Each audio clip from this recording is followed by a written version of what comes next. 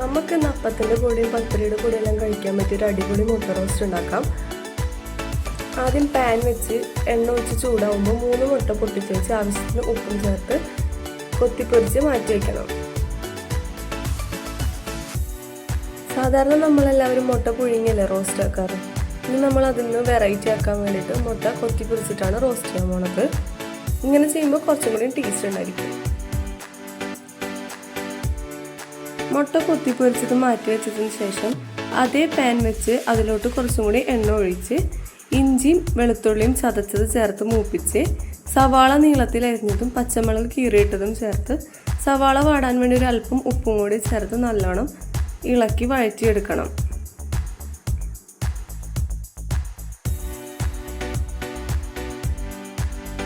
സവാള ഒന്ന് വാടി ചെറുതായി കളറ് മാറി വരുമ്പോൾ അതിലോട്ട് ഒരു ബേ ലീഫ് കീറിയിട്ടതും ഒരു കഷ്ണം പട്ട, ഒരു തക്കാളി ചെറുതായി അരിഞ്ഞതും കൂടി ചേർത്ത് നല്ലോണം ഇളക്കി തക്കാളി വാടി വരുന്നത് വരെ മൂടി വെച്ച് വേവിക്കുക.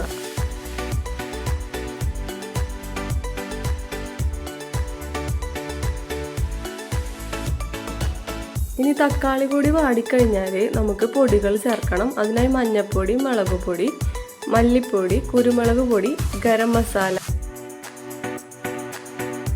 മസാലപ്പൊടിയുടെ പച്ചമണം മാറുന്നത് വരെ നല്ലോണം ഇളക്കി യോജിപ്പിച്ച് എടുക്കണം.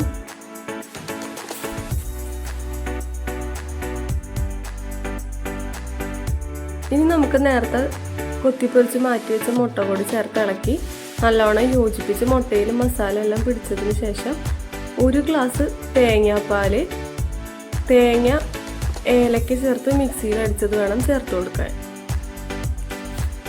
കട്ടിയുള്ള 1-ാം പാല് മാത്രമാണ് എടുത്തേക്കുന്നത്.